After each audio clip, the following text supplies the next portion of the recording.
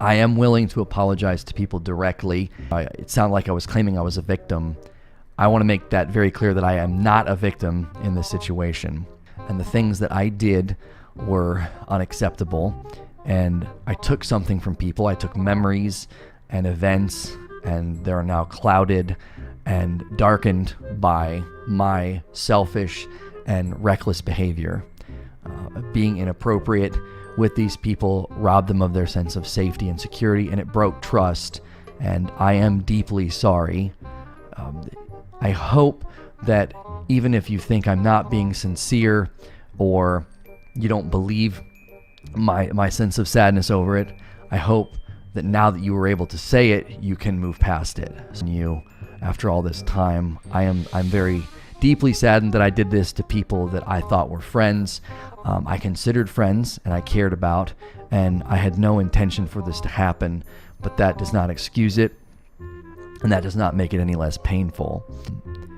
The situations and the things that took place were brought to my attention 2 years ago, and I immediately went into therapy, realizing that I was living a terrible life. Some of these were not made aware 2 and 3 years ago. Are actions that I am ashamed of and embarrassed by. They are reprehensible and indefensible, and I've spent 2 years trying to process and grow from them, and I'm still committed to that. A few moments later. I also have no memory of anybody rejecting in advance and then me persisting beyond that. All of the stories that I read, I did take the time to read them, indicated that I crossed the line of being inappropriate, and then they felt that it was in advance.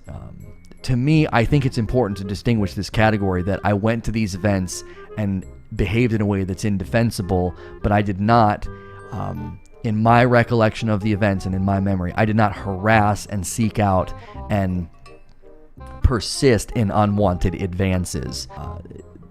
I don't remember that. I don't remember it being that way. I don't remember it going that way. Unwanted touching, I have no recollection and no memory whatsoever of an instance where I was touching somebody and they were saying to stop and I continued. There was the touching of hair. I remember that, and I admit that is completely unacceptable. That's a very invasive thing to do to somebody. It makes them very uncomfortable. And in these instances, neither time did I feel there was a sense of I touched, was told to stop, and continued. And in neither instance did I initiate like a physical touch. Touching of the hair, I will admit, was inappropriate. But again, this was not done in a way of like assault or a way that was groping. The hair was, again, in my mind, it was a very innocent thing. Their hair dropped down, I touched it and asked about, what it feels like when you dye your hair a color. And then the leg thing. The only reason I am making this indication is not to defend myself. I just feel the categories of harassment for unwanted advances and for unwanted touching, I don't feel I fell into those categories. Leg thing. The only reason I am making this indication is not to defend myself.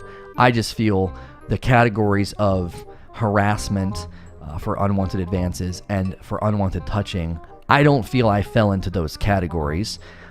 My memories of the events are being with people and becoming far too comfortable and intimate in my conversations and statements, and that is unacceptable, and I should not have done that.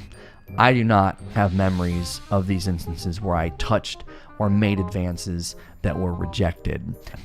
I do not have memories of these instances where I touched or made advances that were rejected. Many of these instances didn't lead to anything. There was never a no or get away from me. Friendships continued. So I continued wrongfully thinking that everything was fine. And that is on me for not being aware of myself and not being aware of my actions. Several days later. Before I get into the video, I need to address things that have been said about my apology videos. Many are claiming these apology videos are admission of guilt. They are not. In both videos, I push back on the accusation of being a sexual predator. I also push back on the claim that unwanted touching and unwanted advances took place. This is in consistent, form of trying to mislead you. People are claiming, oh, he took down the videos. Because there's admission of guilt. I'm not stupid. I know those videos have been reposted and that people still have them. I'm not trying to hide them. I don't want those videos just hanging out on my Twitter feed and my YouTube video. I will make the 10-minute video unlisted again and provide a link below. I'm not trying to hide those videos. Watch them yourself, okay? I believe this video and document will prove with significant evidence that no harassment, assault, or abuse took place. Many are trying to silence me because they believe that, and I believe that they're worried that I have things to prove and things to say that they don't want to come out. We have a compelling case with both legal and non-legal defenses. So this video and document is going to set out to do two things. First, set the record straight with actual evidence about how much has been misrepresented and fabricated in the allegations against me. You might have wondered why my apologies up to now have not included me admitting to anything specific. It is because so much deception and manipulation has taken place. It took me a while to compile all of this evidence because some of these allegations date back to 3 and 4 years ago. I also had to confer with my lawyer about all of this.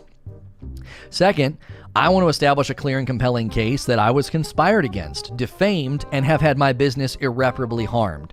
There have been public admissions of collusion in the wake of the allegations. Many have admitted openly that they had planned this, and it was in response to my rise in success. My contract with Advanced GG, I got verified on Twitter, I had a rise in viewership, I was getting all these opportunities. These were all cited as reasons. This proves intent to harm, this proves collusion. All of these pieces of video evidence have been handed over to my lawyer.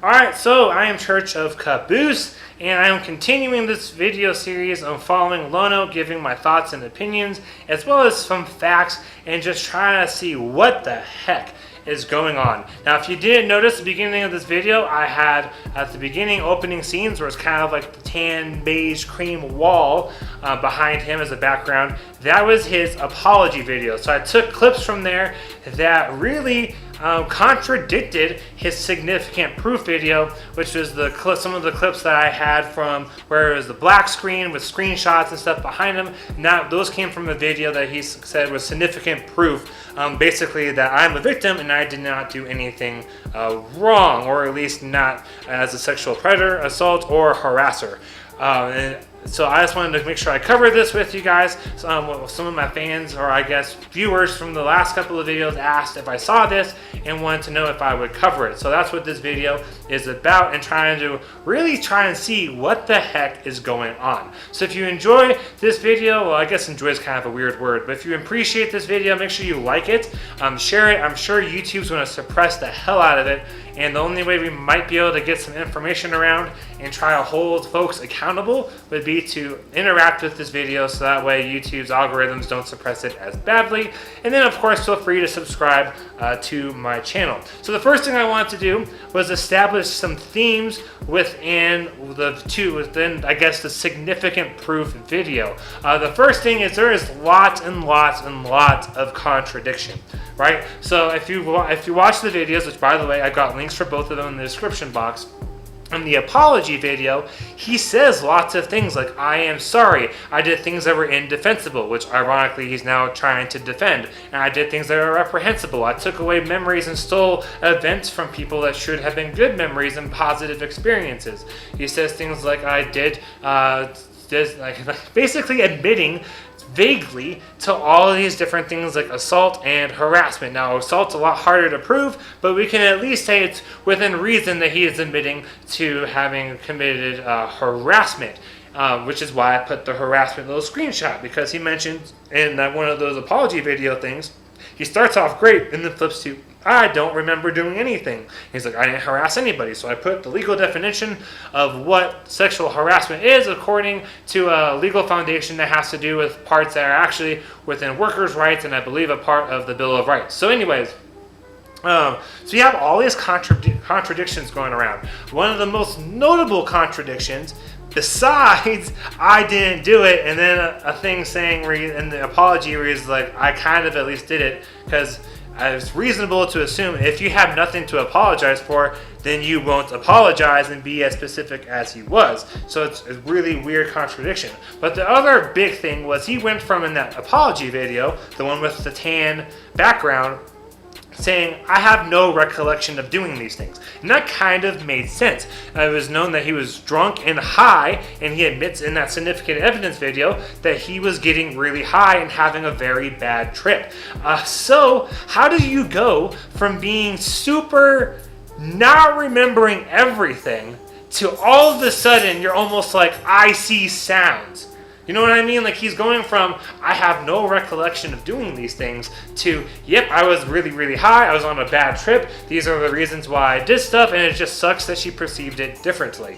So we're seeing lots of contradictions between these two videos, and those are probably the most noticeable. Is went from not remembering everything to having, or not remembering anything, to having very detailed memories about his bad trip. And he even admitted to, in that video, significant proof, doing some of the things that SheSnap says. And then we've got all this like contradicting, quote unquote, evidence. Like, he mentions, I by no means like did the stuff that SheSnaps mentioned, and then he'll go right out and say something that she specifically said that he did in one of the letters, to include touching her hair. Just to him, it was him trying to be sweet, which, if you're trying to be sweet to someone, why are you doing it when you're married? Like, it's good to be nice to people. That's a weird level of trying to be nice to someone.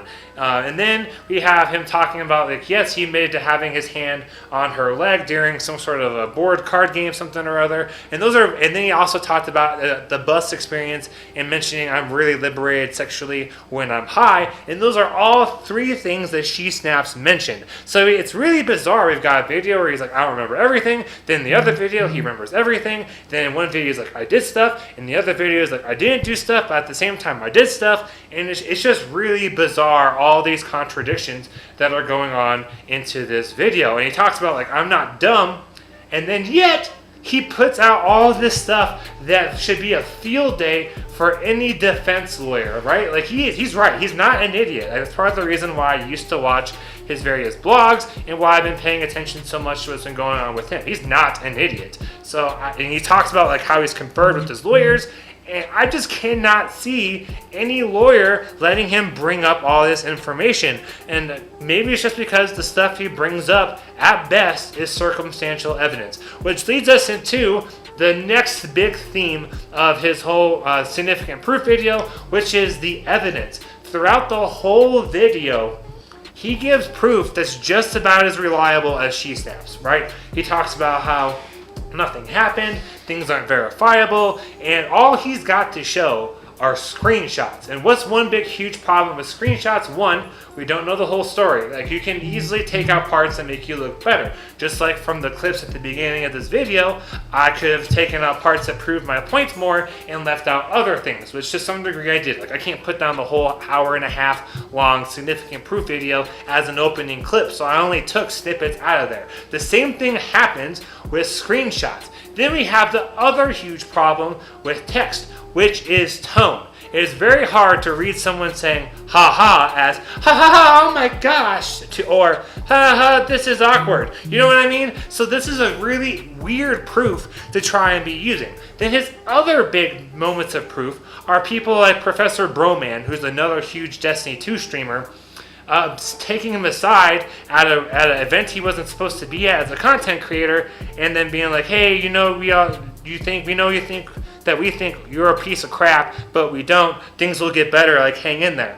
Like, cool, that could have happened, but it also could not have happened. The only way we could know is if Professor Broman was to say, hey, I did that. That was the conversation that we had. But even then, it's still not verifiable. We need verifiable evidence. This means something where you could, like, cross-reference it with other stuff and be like, yep, this most definitely happened. Not this he said, she said. And since he's going to court, I imagine he must have some more damning proof. He mentioned trying to get a subpoena. But I'll tell you what, when it comes to cases like this, people often get more in their own way and ruin things than they do help. I actually think even if he does have a case, because maybe he's not showing us everything, he might have just jeopardized the whole thing, because he gave us a whole lot of info.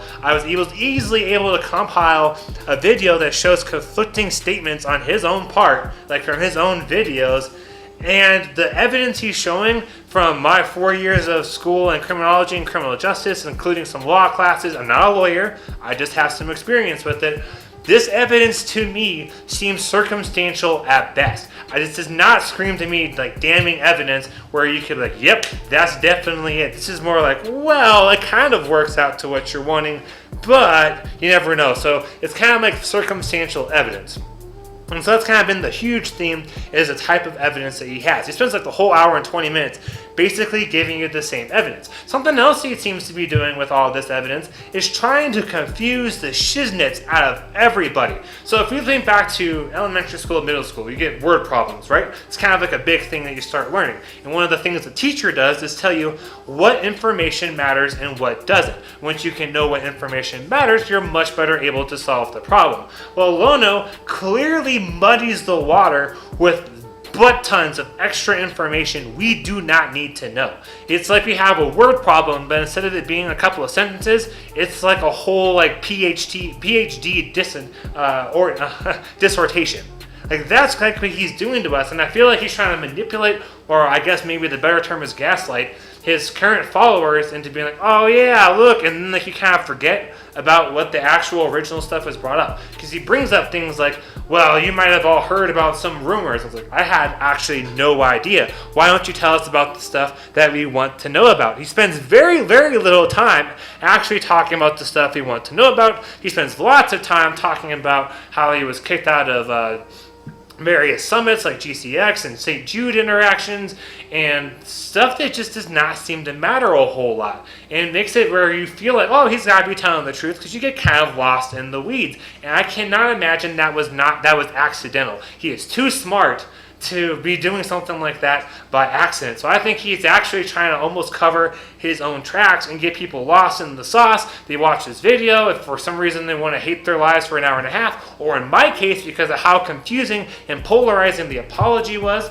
and the significant evidence video was, I had to watch that son of the bitch 4 freaking times because that's how confusing and nonsensical it was. And as I was trying to follow through the whole, I had to watch his happy butt try and just be like, I'm a victim and all this other garbage for almost 6 hours to even get to a point where I felt like I could try to talk about it. So that's huge problems are going on with the evidence that he is producing. He makes it even more he said, she said, which is, if his lawyer gave him anything, I would imagine if I was an attorney, I'd be like, hey, you know what's going to really help us out? Make it more of he said, she said, and that's exactly what he's doing. And so I'm pretty sure that was the goal of all this quote-unquote evidence that he is producing.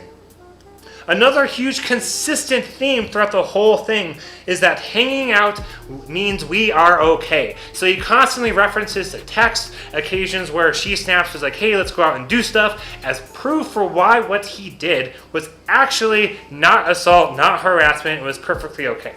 First of all, I want to know, if like Lono, if you're watching, who made you a trauma advisor where you can adequately talk about how people respond to trauma? Or who gave you her therapist's like personal cell phone number where he's like, yep, this is how she responds to trauma. If she's not responding like this, that means you're okay. I guarantee neither of those things happened. You're doing one of the most classic, predominantly male traits, because that's usually who does the sexual offending, but one of the most classic offending reasons and like this justifications for doing things that you did, which is, well, they seemed okay because they wanted to keep hanging out, so I must not have done anything wrong. And I get that is a little misleading. However, let's look at some of the reasons people act the way that they act. 1, offenders tend to get most of their thrill, if you will, not saying Lono that you did this for thrills, but most offenders get their thrill out of having the power. So human instinct is going to be, I want to take away their power. And what's one of the easiest ways to take away their power? By pretending like what happened to them did not matter. So it could be completely feasible that you were scaring and creeping the hell out of her, but she didn't want you to think, yep, I did this, and she's acting like a scared little bitch about it, so I win. No, her reaction could have very well been, he did these things to me, I hate it, I don't want to give him the satisfaction of him knowing that it hurts me and seeing the effect, and so I'm just going to act like everything's okay. That is a completely typical response in situations like this. Also, have you not heard of spouse or like romantic relationship abuse? I know you guys weren't dating, but you have all kinds of instances with married couples where one spouse is abusing, raping, beating, whatever, verbally abusing the other, but no one else outside of that relationship knows. From the outside looking in, everything looks fine. That's one of the reasons that makes domestic abuse so dangerous, is because it builds and it builds and it builds. No one knows that it's happening, and then one day someone goes too far and the other person dies. Not saying that's where you were headed to, Lono. I'm just saying, for you just to say she's acting like everything's okay, so therefore what I'm doing must be okay, is a completely false reaction. It's ridiculous. And even if we try to ignore, like maybe you happen to be a trauma counselor, which I'm like 99% sure that you're not. Unless you are her therapist, everyone reacts differently. So you'd have no clue of what she's doing if that's how she actually normally responds to trauma. So just to use that, her saying things like, let's do a stream, let's go get pizza, let's hug, whatever the case was, you had lots of instances where you showed, means absolutely jack diddly squat. You know what does matter? Is someone saying, this really bothered me, this had this kind of an effect on me, and I just want people to know about it. Like, if you want to relate it to violent crime, or not violent crime, but like non-sexual criminal types of behavior, my wife put it to me once really well when I was being an absolute jerk. She said, you do not get to determine if you are being a jerk. The person you are interacting with gets to determine, because they are the one suffering from your actions. So if she's saying what you were doing was over the line and ridiculous, and you're like, it's okay, then what she is saying is got to be what we base our standards off of, because what you were doing was, from your perception, is all right. So it's not, so for example, say someone goes off and they're like, I hugged someone to death because I just wanted to give them so much love. But they're like, I didn't want that love. It was murder. Like, because somehow talked to a ghost. Like, obviously then it is murder. It's not a hug, because that's the worser of two things. States oftentimes interact in such a fashion. So for example, a federal law will oftentimes trump a state law if the state law is more specific than the federal law. So now we're getting a little too lost in the weeds. But the point is, just because someone is acting like it's okay to hang out and do these things does not mean that you did not do anything wrong. I've had my own instances in my life that kind of taught me that lesson, and so hopefully I can help explain that to you guys as well. I want to really stress, it is not okay to assume that you know how someone reacts to trauma just because of the way they talk or the way they act. People hide all kinds of stuff. You ever heard of depression? Most people don't know when their friends are depressed because people don't want to show weakness and they hide it. Like, that's got to be the overarching theme, I think, when we're talking about you saying that because we're hanging out and being familiar, that means what I was doing was okay and makes me a victim. Which leads into the last huge overarching theme, which is you were constantly, I'm not sure why I'm like talking to Lono, but Lono was constantly saying, I am a victim. People were collusioning against me, folks saw I was becoming successful, and they wanted to take my platform down. All right, that is all possible. I'm not saying it's impossible. I will say it seems really unlikely that he'd be the first YouTube streamer where everyone collaborates against and uses things like sexual misconduct to try and take them down, right? I feel like we would have heard about someone else doing this, and that just seems like a really flaky, stereotypical male thing, is that I was becoming successful so people wanted to see me fail. And even if that was the case, boo-hoo! Like, everyone's got haters, and everyone's got people in their lives that want to see them fail. You just have to deal with it and be above it. So if you're able to actually prove stuff, which so far you haven't, then I'm like, you know what, man? Good for you. Way to keep going. Don't let the haters get you down. But by you trying to be like, well, this is only happening because people hate me and they want to see me fail, that's kind of a bitch move, in my opinion. You know, so you should be like, you know what, suck it up, I want to prove them all wrong. And I think you're doing that to some degree by continuing your channel, but you're trying so hard to make it seem like you are the victim, that people are trying to tear you down, they're wanting to make you out so that you lose your business, and you play the most stupid, sappy card I have seen. You're like, hey, I have a family to support, and this is so uncool that these people made me lose all my sponsors, and I lost all my subscribers, and I've lost it's irrecuperable amounts of money. Which, you know what? That's true. But you say because they have a family to support. You know what, you idiot? Why is this turning? All right, when you had a family before, when you were doing all this stuff allegedly, why did your family make you think I should stop?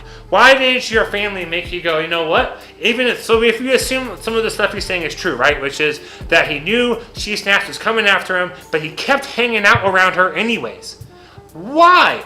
Why would you put yourself... I don't even care about the peer pressure. If you know someone is trying to put yourself in a situation that could potentially jeopardize your career, why would you keep going with them? So from the way I see this, at best, your position's neutral. Not a victim, not an offender. It just is, and you're a pretty crappy piece of human as far as like courage and morals and stuff goes. I mean, if you can just be convinced to go hang out for a bong around someone that you felt like for a while was trying to tear you down, you might need to rethink how you're making business choices, my man.